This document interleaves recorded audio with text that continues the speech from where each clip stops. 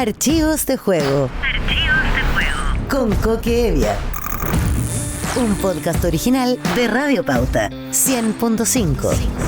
Una presentación de Betano. El juego comienza ahora. Hola, sean todos bienvenidos a una nueva entrega de Archivos de Juego, podcast que ustedes han hecho, de verdad, se agradece, ¿eh?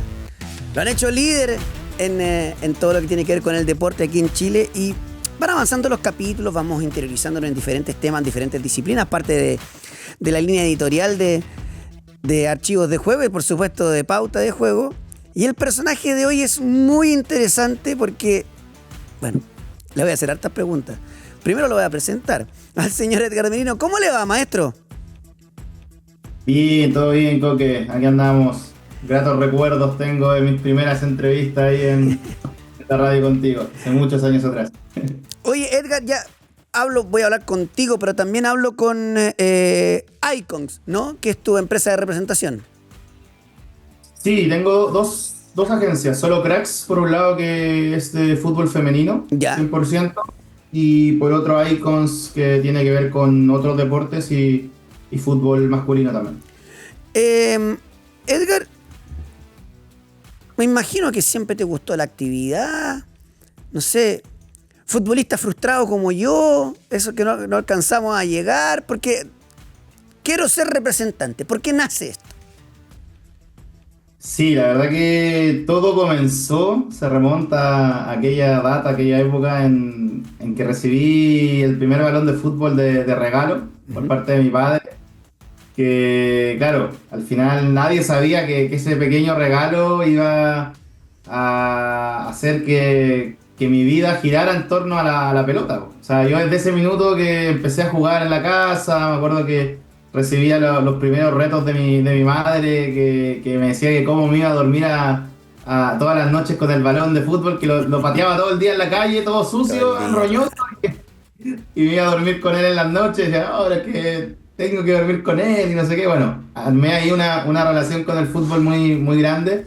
Desde esa época son mis primeros recuerdos. Y claro, como decís tú, yo jugué fútbol igual, en cadete, estuve en algunos equipos, después estuve en selección chilena de futsal, en la selección universitaria también cuando estudié, en liga. Siempre fui un jugador frustrado, me encantaba jugar fútbol, pero también, además de esto, siempre también supe que quería ser parte de la actividad. Ya. No sabía de qué forma, no tenía claro en ese minuto, dije, bueno, si no soy jugador, tengo que ser otra cosa que me permita estar dentro y poder ver de qué manera sigo vinculado. Obviamente, esta profesión de agente de talento, representante, intermediario, empresario, porque hay diferentes formas de la cual se le llaman dependiendo del país. Por ejemplo, ahora anduve en Brasil hace unos días y en Brasil le dicen empresario, en Colombia también le dicen empresario. Claro. A mí me gusta más el concepto propiamente tal de gestor deportivo. Yo me siento un gestor deportivo, yo estudié gestión deportiva en Johan Cruyff Institute. Y el rol de agente es un rol más particular que tengo dentro de todo lo que hago como gestor deportivo. En el fondo no es que tu pega no es solamente encontrarle... vamos a hablar de la Tiane porque me parece que es el ícono con el que tú partes, ¿no? Pero esta cuestión no es encontrarle... se acabó el contrato con el Lyon, ya, la Tiane me la llevo al Barcelona. No, si no es eso nomás, pues todo un trabajo detrás, digamos... multisistema, multiplataformas, o sea, son muchas las cosas que hace un empresario, agente o gestor deportivo, como dices tú. Totalmente, o sea, es un trabajo a mi modo de ver, antes en la vieja escuela, porque obviamente que hay que ir hacia atrás también cuando uno habla de los agentes deportivos, claro. Sí que era eso, o sea, el agente solamente se preocupaba del siguiente club en el fondo, de encontrar un contrato. Y el resto del año desaparecía un poco y volvía a aparecer en cada mercado de fichaje, pero ha evolucionado mucho la profesión. Eso era la vieja escuela, eso era cuando comenzó la profesión. De hecho, cuando comenzó la profesión, los primeros agentes ni siquiera eran agentes profesionales, eran familiares, amigos, típico que el primo, el hermano, el abuelo. O alguno medio bien contactado y cosas así, ¿no? Entonces, Edgar, ser representante va mucho más allá, ¿no? O sea, los contratos publicitarios externos. ¿Hasta dónde llega la función? No sé. ¿Eres una posibilidad de entregar una variante de inversión? O sea, ¿eres un consultor? ¿Hasta dónde? Obviamente depende de la relación siempre con el deportista, Eso. ¿no? Sí, sí, normalmente existen diferentes tipos de agencias también. Hay algunas agencias o agentes que se enfocan solo en lo deportivo ¿Ya? y dejan libre todo lo demás. Y hay otros que son un poco más integrales, por decirlo de alguna manera, y se preocupan de todo lo que no tiene que ver con el fútbol. En mi caso siempre ha sido así, como que siempre hemos visto por un lado todo lo que tiene que ver con el fútbol, los contratos con los clubes, el futuro que se avecina para cada jugador antes de cada mercado. Y por otro lado también el tema de comercial, imagen, publicitario, asesoría en diferentes temas, nada, de cosas que a veces uno termina siendo un amigo, un padre, un Claro. consejero, La asisto a muchas psicólogo. psicólogos que te preguntan X, obviamente uno no tiene esas titulaciones, pero sí, obviamente una vez conecta mucho a las partes, oye, mira, yo creo que tú necesitas tal persona en tu equipo que te pueda ayudar, que te pueda asesorar. Al final, uno, obviamente, como dijiste tú, es muy importante la relación que se genera con cada futbolista y con cada talento, y en base a eso, también la confianza que vas teniendo, y muchas veces terminas haciendo cosas que jamás imaginar. También me pasó, me acuerdo una vez, una futbolista que se le olvidaron las llaves de la casa, estaba recién llegando a su destino nuevo, un país nuevo, saliendo de su país, y me llama para decirme, oye, me quedé afuera, dejé las llaves adentro, ¿qué hago? Y yo así como, ¡Llama un estoy a miles de cerrajero! kilómetros. Claro, eso, y le busqué por Google diferentes opciones de cerrajero, se las mandé y al final fue como en el fondo me contactó como no sabía qué hacer, esa Claro. tranquilidad de Te convierte escuchar a alguien diciéndose tranquila. en un guía completo, ¿no? Sí, es como un poco de eso, como tratar de estar ahí para diferentes momentos, no solamente para la firma de los contratos, sino que hacer un trabajo integral, también el tema de la imagen, de la marca personal de los futbolistas, a mí me preocupa mucho esa parte también, que creo que hoy en día ellos tienen que tener conciencia de que no son solamente un deportista o un futbolista, sino que también son influenciadores sociales. O sea, el deportista tiene mucho peso en la sociedad y muchos no se dan cuenta de eso y se lo toman más a la ligera, de forma más liviana y a nosotros nos gusta mucho poder en ese sentido educarlos en esa parte, que entiendan que lo suyo no va solamente en lo que hacen en el campo de juego, al final también repercute todo lo que hacen fuera de él, sea a nivel de imagen como a nivel personal, un deportista que trabaja mejor, que se cuida, que se alimenta mejor, que descansa mejor, que se preocupa de qué está comiendo. Muchas veces los deportistas ni siquiera, ayer teníamos una conversación con una persona especializada en esto, ni siquiera saben qué comen. O sea, Claro. llegan, compran al supermercado y se ponen a comer, no saben qué están ingiriendo, de qué está hecho lo que están comiendo, cuántas calorías están consumiendo. Son pequeños como detallitos que al final, si tú los vas mejorando en tu rutina diaria como deportista, eso sí o sí va a incrementar tu rendimiento. O sea, está obviamente comprobado que si te preocupas de esos detalles, mejora tu rendimiento. Entonces, en todas esas cosas tratamos de poder dar consejos y apoyar, y no solamente como se hacía antes, como que te decía que el representante antiguamente era el que conseguía el club y poco más. Hoy en día la labor que se tiene es mucho más amplia que eso. Ahora también en su momento me preguntabas que si era algo que yo imaginaba o Claro, de chiquitito. Yo de chiquitito quería ser futbolista. claro. Como que uno en esta profesión, no es una profesión quizás como periodista, como abogado, que tú puedes acceder fácilmente. Tú puedes estudiar en la universidad y sabes que vas a ser abogado, sabes que vas a ser médico, sabes que vas a ser periodista. Como que la labor de la gente de fútbol está como un poco escondida, por decir de alguna manera. De hecho, te tuviste que ir a Y estudiar no es afuera, algo como que me contaba ahí. yo me fui fuera, yo me fui a hacer un máster en gestión deportiva en Johan Cruyff Institute, pero ni siquiera la gente, fue un máster de gestor deportivo.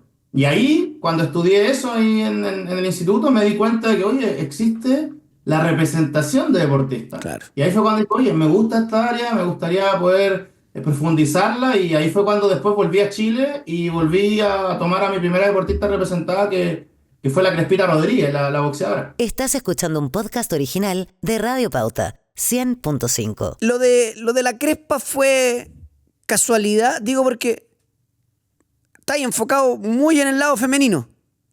Sí. Tienes algunos que no, que son por el lado masculino, pero fue una casualidad. ¿Y por qué la primera la Crespita? Bueno, me imagino calculando los años, estaba ahí en boga peleando a full. Sí, fue, te digo, una causalidad. Me gusta llamar estas cosas como causalidad más que casualidad. Yo había llegado recién de Barcelona de hacer el máster en gestión deportiva ahí en el Instituto Johan Cruyff.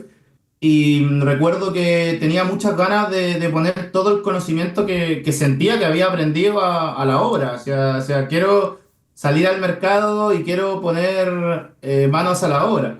Y ahí fue cuando me acuerdo que vi a Carolina en una nota que salió en un matinal. Yo estaba en la casa, me acuerdo, viendo un matinal y veo que era una deportista con mucho temple, con mucha garra, con mucho carisma. Me llamaron la atención muchas cosas positivas de ella y que lamentablemente en esa época no podía sostener su carrera. Recuerdo que en esa entrevista decía que tenía que hacer fiestas, bingos bailables, completadas, ese tipo de cosas para poder sostenerse. Todo muy Y ahí fue chileno, cuando, ¿no?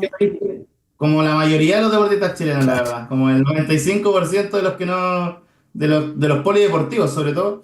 Y ahí fue cuando dije, bueno, tengo que hacer algo, voy a contactarla, le voy a ofrecer mis servicios y ahí fue cuando la contacté, me junté con ella, con su entrenador de la época y les propuse el poder representarla en términos de imagen, en términos comerciales, trabajar con ella en poder acercarla mayormente a los medios de comunicación, con una estrategia clara, con una estrategia también de marca personal, de que pudiera identificar cuáles eran sus valores como deportista y poder comunicarlo en sus redes sociales, porque ella en ese minuto no tenía ninguna estrategia, o sea, era muy Así buena nomás. en lo suyo, extraordinaria en lo suyo, o sea, en eso nada que decir, porque yo ahí no tuve nada que ver en lo deportivo, pero sí no tenía claridad respecto a cómo enfrentarse al mercado, a cómo poder sacarle partido a su imagen, a cómo poder llegar a los medios de comunicación de buena forma, a cómo hacer que los medios de televisión de Chile televisaran sus combates. A ella Claro. no la televisaban en televisión abierta en ese minuto. O sea, había mucho potencial, pero estaba muy, pero muy, muy, muy, muy encubierto. Entonces,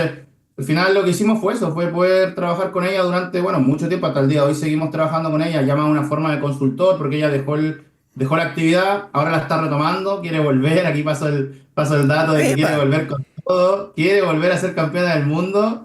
Y yo creo que a la Crespa, cuando se le pone algo en la cabeza, probablemente lo consiga. Así que ahí te la dejo para que averigüen. Pero quiere volver al máximo nivel. Mira, vamos a estar ahí contándolo en pauta de juego. La Crespa quiere volver y está bien. Sí, me imagino que además por el lado femenino hay todo un tema cuando son mamás, porque entre comillas, Exacto. de hecho no entre comillas, se postergan. Es el producto de Se cómo, posterga. de cómo es la vida en sí, ¿no? Pero después te aparece, yo creo que es el icono de tus representadas y representados, que es la Tiane Endler. ¿Cómo fue eso?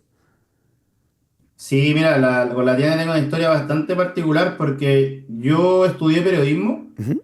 y no me acuerdo si mi primero o segundo año de carrera, cuando tenía que hacer un perfil para narración escrita, que es un ramo típico de los periodistas. Eso que nos gustan eh, harto, ¿no? Sí, que nos gusta, nos corrigen hasta las comas, los puntos, todo. Cada error ortográfico o de puntuación o de lo que sea, un punto menos. Me acuerdo que había Tal el cual. trabajo que estaba muy bien y un uno por 5 errores. Ese error.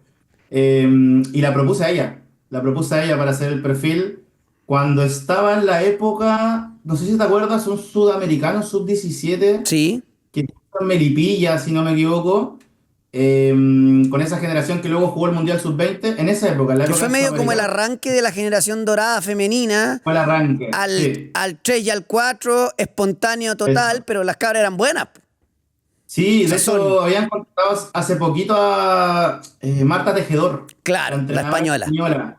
Sí, ella tuvo Rodney Radonjic un tiempo y después llegó Marta Tejedor. tal cual. Y en esa época más o menos fue cuando la entrevisté por primera vez. Desde ahí en adelante quedamos conectados. Yo la elegí como entrevistada porque la vi jugar en un par de partidos y me encantó. O sea, yo arquero frustrado, era mi posición. Entonces la vi y dije, wow, o sea, esta chica tiene un talento que he visto muy pocas veces. Tampoco en ese minuto era un experto del fútbol femenino, No, pero uno tengo se que da cuenta porque decirlo. además la Tiane, por su forma de atajar, es muy vistosa. Muy vistosa, muy elegante, a nivel de fundamentos técnicos muy bien también, siendo que llevaba muy poquito tiempo jugando en el arco, porque recuerden que ella hasta los 15 años jugaba de delantera Sí, y pues fue juega en una arriba. selección nacional ahí que le dijeron que se fuera al arco, y ahí ella aceptó y todo. Pero bien, muy bien, o sea, la vi muy bien. Y dije, no, a ella la tengo que entrevistar. Primero nació así, como una entrevista. Luego de esa entrevista fue como, ya, ¿y ahora cómo la puedo ayudar en otras cosas? O sea, ¿cómo puedo hacer yo en ese momento, sin el rol de agente, un Claro. rol netamente de ayudar al deporte, de fanático? Y cómo la puedo ir ayudando en diversas cosas que a ella la puedan hacer más grande y que ojalá pueda llegar en algún momento a poder brillar a nivel internacional. Como que a mí se me imaginaba desde entonces como que ella tenía para eso, Es el para un nivel potencial. muy alto. Sí, y ahí fue cuando empecé a ayudarla con entrevistas, me acuerdo, le conseguí varias entrevistas, hablé con amigos, como yo estaba estudiando periodismo, empecé a hablar con amigos que estaban en medio, la entrevistaron, me acuerdo, para la revista Cosmopolitan, para la revista Ya, para algunos medios, como hacer una labor ahí como de ayuda de medios. Claro. Entonces, después, incluso en un momento hablé con un agente de fútbol europeo para que la ayudara. Y sin yo ser agente de ella, sin estar en ese contacto directo. Y me acuerdo que le consiguió una oferta del Montpellier de Francia, conmigo intermediando. Mira. Y claro, como yo no estaba en contacto directo con ella después cuando se la presenté, obviamente la rechazó porque se había comprometido hace muy poquito con Colo-Colo a jugar todo ese año porque tenían Copa Libertadores, Cuando la estaban armando ganaron, un buen ¿no? equipo. Cuando la ganaron, sí, ese mismo año. Entonces ahí fue como, wow, tiene muchos valores también porque rechazó una oferta de irse a Europa por un compromiso con Colo-Colo que en ese minuto ni siquiera les tenían contrato.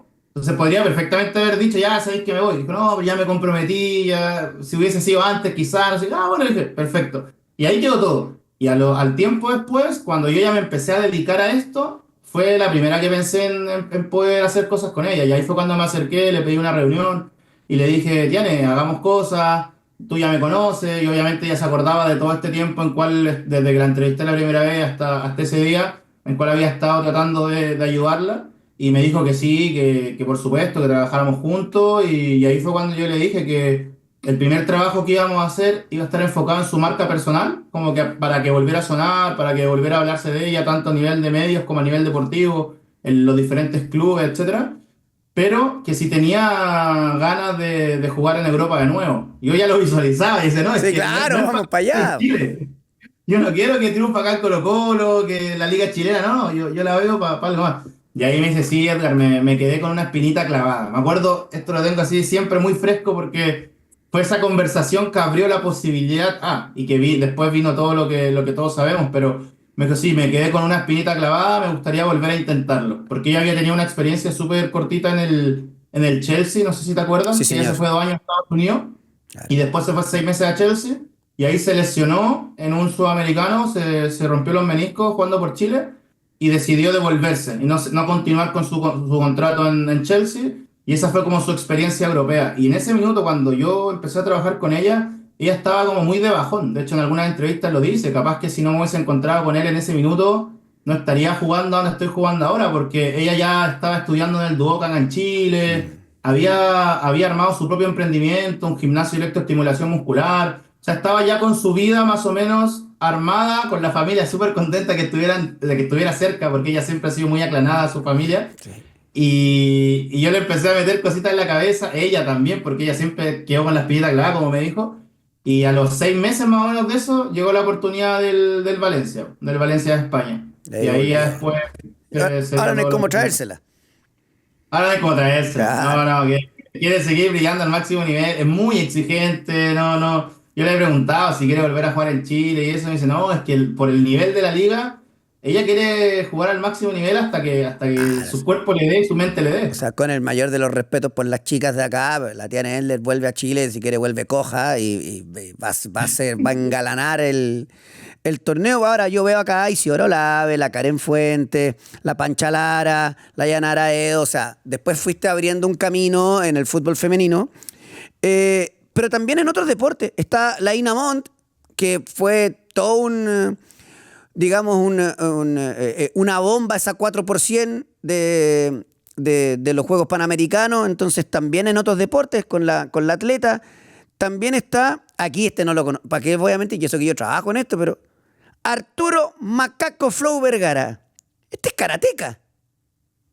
Sí, bueno, artes marciales mixtas, que es el karate combat, que Perfecto. mezclan karate con otras artes marciales, y es la tercera federación más importante de artes marciales mixtas después de la UFC. que está en Mira. UFC primero, hay otra que está en segundo lugar y luego viene la de Karate Combat, donde Macaco se coronó campeón mundial a finales del año pasado, así que está ahí, la verdad, en un muy buen momento de su carrera. Obviamente uno de sus sueños es poder seguir escalando y llegar a la UFC en algún minuto, pero actualmente, como te digo, está ahí de campeón mundial. Ahora pronto se viene una defensa al título que ganó en noviembre, así que ahí hay que estar atentos con Macaco, con Arturo. Y dejé para el final porque, claro, Edgar en el mundo del fútbol es muy conocido. ¿Por qué? Por el que la lleva en el fútbol femenino, se está abriendo otros deportes. Pero ya tienes el primer hombre en tu staff. Y ahí se ve clarito ahí atrás en la pared, que es Fabián Ormazábal. ¿Cómo se da esto? ¿Cómo lo convence? ¿Y por qué lo digo? Porque Fabián Ormazábal no es cualquier jugador de primera división, es seleccionado chileno. Fabián Ormazábal tuvo oferta ahora, en diciembre, para salir. Entonces, ¿cómo lo convenciste? O sea, ¿cómo? Porque, ¿para qué mandar con cosas? Los hombres al fútbol femenino lo miran, los de la actividad me refiero, lo miran un poquito por arriba del hombro. Entonces, ¿cómo lo convenciste de ir a tu corral? Porque es un jugador muy atractivo para cualquier representante. Sí, gran jugador, Fabi. Gran jugador y gran persona. Yo creo que por ahí estuvo el convencimiento de él, porque nos conocimos en mis inicios como agente, como gestor deportivo, no sé, te digo, 10, 12 años atrás. Y ambos fuimos siguiendo nuestras carreras, como a distancia, por redes sociales, oye, vamos, que te vaya bien, no sé qué. Con mucho respeto, ambos por cada lado. Yo cuando vi jugar al Fabi por primera vez en O'Higgins, en cadete, en esa época, cuando él era juvenil, siempre me encantó. En ese momento era el extremo, era Claro. extremo derecho, muy potente, muy veloz, con muy buena bicicleta, me acuerdo en esa época. Tenía bastante gol también. Y desde ahí que nos conocimos, por cosas del fútbol. O sea, hace, te digo, 12 años, 10 15 más o menos en esa época. Y claro, fuimos creciendo ambos, cada uno él en su carrera, yo por mi lado. Y él cuando estaba en O'Higgins, en su último año de contrato, me contactó. Y fue un contacto de él hacia mí, preguntándome si estaría interesado en poder trabajar con él, que estaba buscando representación. Él ya había trabajado que no le voy a dar publicidad, pero bueno, con las típicas, ya había pasado por al menos tres agencias de las más típicas, Ujú. de las más fuertes de Chile. Había estado con ellos, pero no estaba cómodo y quería ver la posibilidad de trabajar conmigo porque sabía el tipo de persona que era. Eso fue lo que me dijo, así tal cual. Me dijo: "Edgar, yo no quiero que me caguen, no quiero como sentirme en esa duda siempre y prefiero trabajar con una persona que yo sé que es buena persona y sé la carrera que ha hecho y sé de lo que eres capaz también". Entonces, claro, me dice, yo sé que si en el fondo te comprometes a trabajar con alguien, lo vas a hacer bien, no lo vas a dejar tirado. Y ahí fue cuando yo dije, sí, ningún problema, feliz. O sea, es un desafío que yo venía buscando y hace tiempo que tenía pensada esa transición, porque yo cuando comencé en el fútbol femenino y en el deporte femenino, comencé por algo muy personal. Yo dije lo que te dije antes, que Te cuando ayuda. terminé de los estudios en Cruyff, yo dije, quiero ayudar al deporte, quiero poner mano a la obra con lo que aprendí y ponerlo al servicio de deportistas. Y en ese minuto dije, qué mejor que hacerlo con el deporte femenino, que en ese minuto de la película nadie lo apoyaba. O sea, fuimos la primera agencia en Latinoamérica que se especializó en deporte femenino.